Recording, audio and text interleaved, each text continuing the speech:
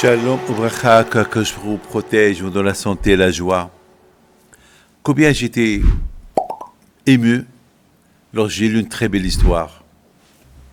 Il y avait une fois un Rav Steinman alav Shalom qui est parti aux États-Unis il y a quelques années. Il a fait un tour des yeshivot pour renforcer le judaïsme au Canada, au Brésil, en Argentine, au Mexique, aux États-Unis. Alors, il était à Likoud.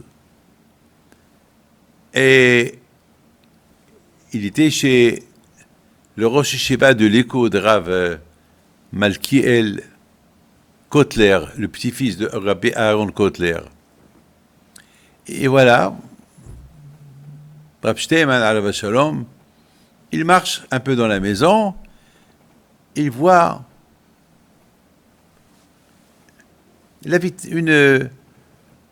un meuble. C'est où il y a là-bas une vitrine, et derrière il y avait là-bas des verres en argent, des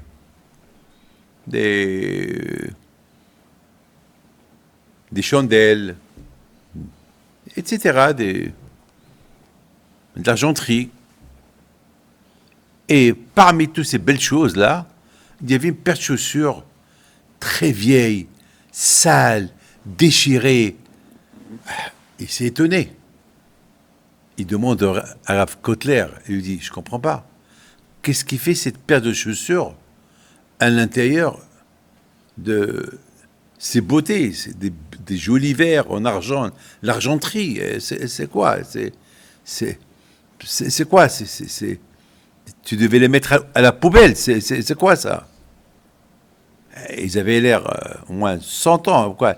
C'est...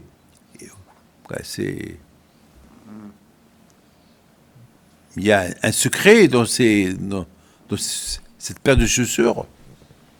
Alors, il lui dit, cette paire de chaussures, c'est mon grand-père qui les a achetées de chez quelqu'un et il nous les a données. Et il nous a dit, il faut bien les garder, il faut les mettre à la portée de tout le monde, que tout le monde puisse les voir.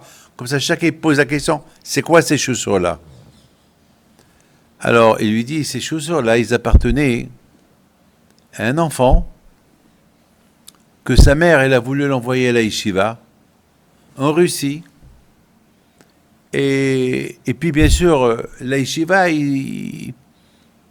c'était pendant la Deuxième Guerre mondiale, et la yeshiva, ils ne l'ont pas accepté, parce que c'était la veille de la guerre, et ce n'est pas le moment d'accepter les enfants, c'est une responsabilité.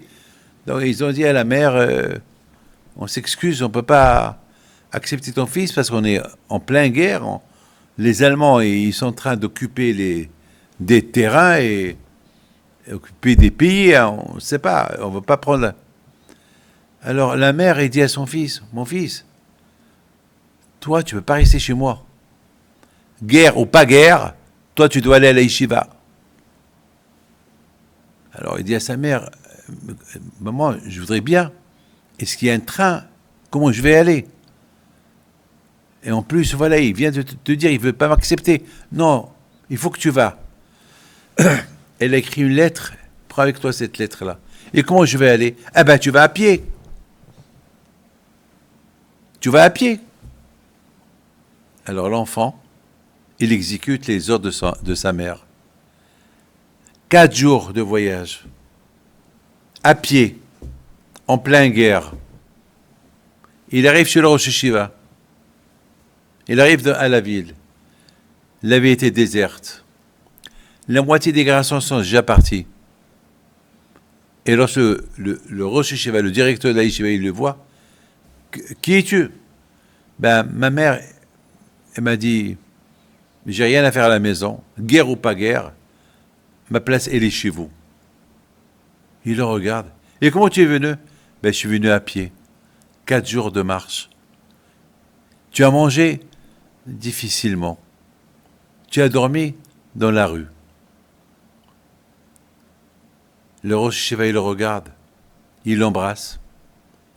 Il lui dit, je t'accepte à la condition que tu me donnes cette paire de chaussures que tu portes dans tes pieds.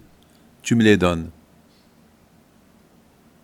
Parce que c'est cette paire de chaussures-là qu'ils ont marché 4 jours et 4 nuits pour montrer combien ils aiment Hakadosh Baruch Hu, la Torah. Ces chaussures-là, je vais les garder en souvenir.